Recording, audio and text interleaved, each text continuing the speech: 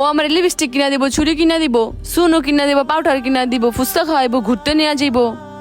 কি তুই আজকে আমার মুখে মুখে কথা কইতাছস? কমু না?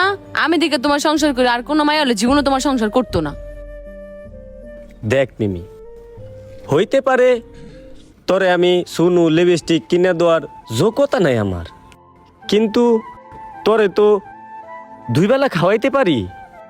আর ওই যে সাগরে কি একটা অ্যাপেল লিগা আশায় রইছে, ও যে ঠকবো না এটার কোনো গ্যারান্টি আছে?